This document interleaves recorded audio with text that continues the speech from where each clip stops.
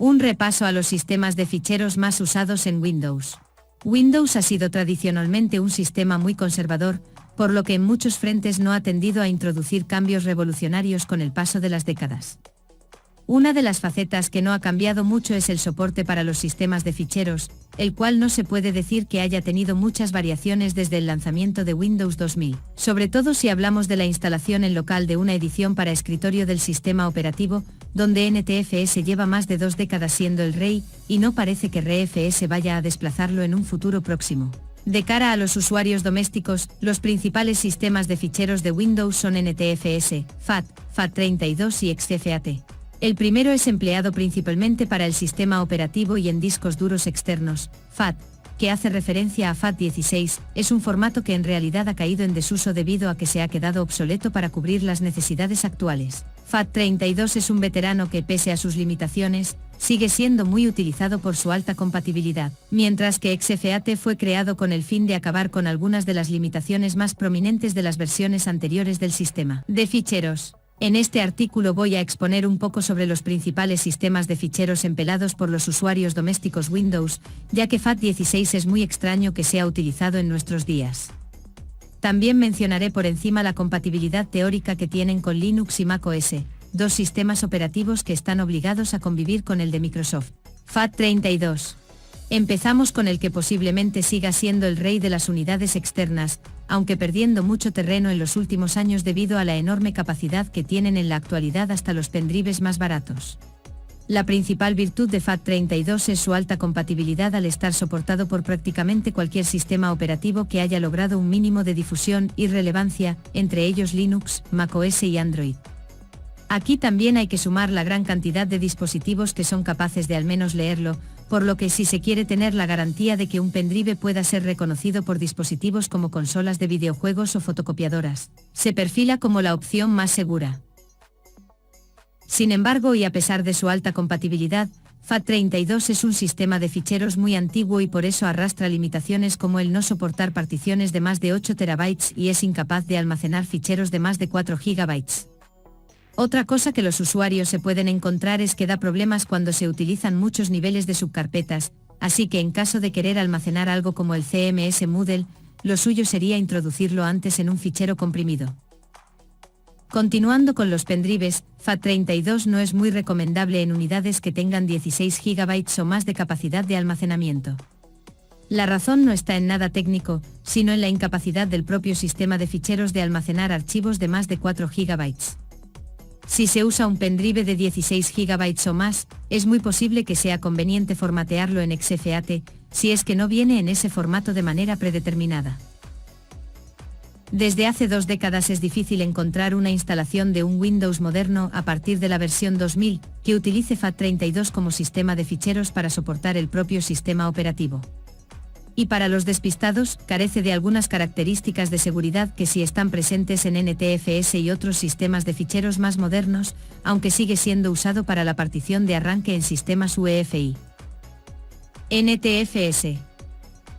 New Technology File System, NTFS no requiere de ninguna presentación a estas alturas, ya que es el sistema de ficheros que Windows emplea por defecto desde la versión 2000. Sí sé que esa versión estuvo dirigida principalmente a empresas y que para los entornos domésticos oficialmente se debería empezar a contar a partir de XP, pero la alta estabilidad que proporcionaba la versión 2000 hizo que muchos decidieran utilizarlo en sus ordenadores personales.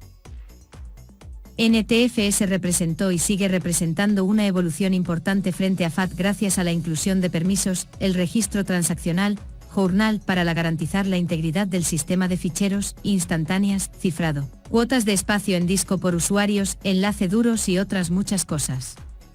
Pese a que es todo un veterano en nuestros tiempos, se trata de un sistema de ficheros que responde correctamente a las demandas y necesidades de los usuarios actuales, si bien aquí también hay que tener en cuenta su propia evolución. Obviamente NTFS se encarga de subir muchísimo el techo en lo que a capacidad de almacenamiento se refiere, tanto de la propia partición como el tamaño máximo del fichero que puede almacenar. NTFS 5, la versión mayor más reciente, puede almacenar un fichero de hasta 16 EB, mientras que la versión anterior es capaz de soportar un archivo de hasta 16 TB. En un entorno doméstico y en el contexto tecnológico actual, para el usuario es de facto infinito. Además de soportar una instalación de Windows, NTFS sigue siendo muy utilizado en la actualidad en discos duros externos, más si estos tienen algunos años y gracias a que elimina las limitaciones presentes en FAT32. En los últimos años debería de haberse extendido el uso de XFAT, pero los discos duros externos son posiblemente las unidades de almacenamiento que menos se formatean, incluso menos que las particiones empleadas para instalar sistemas operativos y los pendrives. Sin embargo, no todas son buenas noticias en torno a NTFS debido a que su soporte por parte de otros sistemas operativos está un tanto limitado, sobre todo en lo que respecta a macOS. El sistema operativo de Apple solo es capaz de leer particiones NTFS de manera predeterminada, así que para el soporte de escritura lo que se recomienda es recurrir a algún software de terceros, como Paragon NTFS, o SXFuse o Tuxera NTFS for Mac. En Linux la situación es mejor, pero sin soporte para poder instalar ahí el sistema operativo. Pese a ese inconveniente, Linux sí puede utilizar NTFS como partición de datos, pudiendo tanto leer como escribir de manera predeterminada. De hecho, este soporte es bastante utilizado en las típicas operaciones de rescate de datos de Windows a través de una sesión en vivo de Linux. XFAT.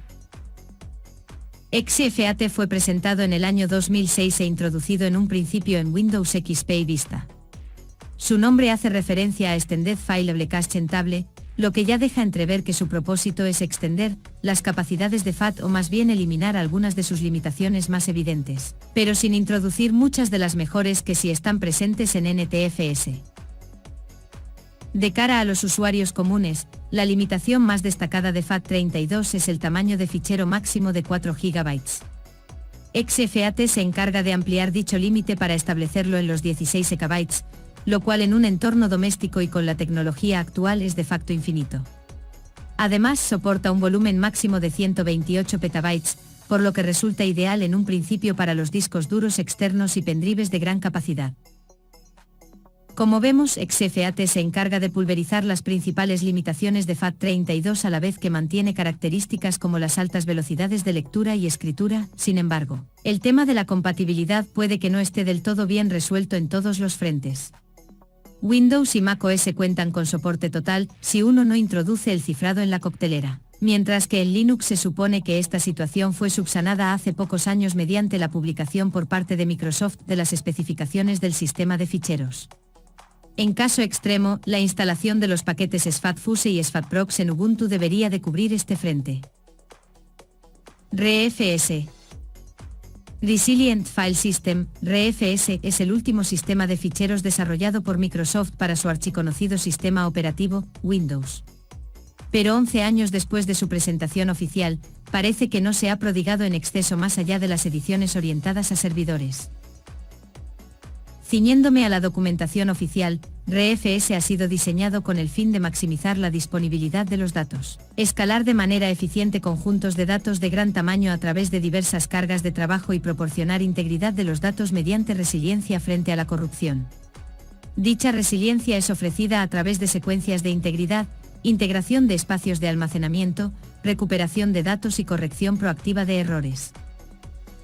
ReFS posee características que no están en NTFS, como la clonación de bloques, el VDL disperso, la paridad acelerada por reflejo y las instantáneas de ficheros, pero en contraste carece de bastantes posibilidades que sí están en NTFS, entre ellas la compresión del sistema de ficheros, el cifrado del sistema de ficheros, aunque ambos soportan cifrado con BitLocker, las transacciones y el hecho de que pueda ser arrancado, entre otras cosas. Ya sea por sus limitaciones frente a NTFS o su aparente orientación a servidores, ReFS no es hoy en día una tecnología que tenga presencia en los entornos domésticos y sigue siendo una desconocida para la mayoría. Su soporte en Linux debe cubrirse con software de terceros como el desarrollado por Paragon. Y estos son los sistemas de ficheros con más peso en Windows, aunque uno de ellos es un gran desconocido en el escritorio de cara a las masas.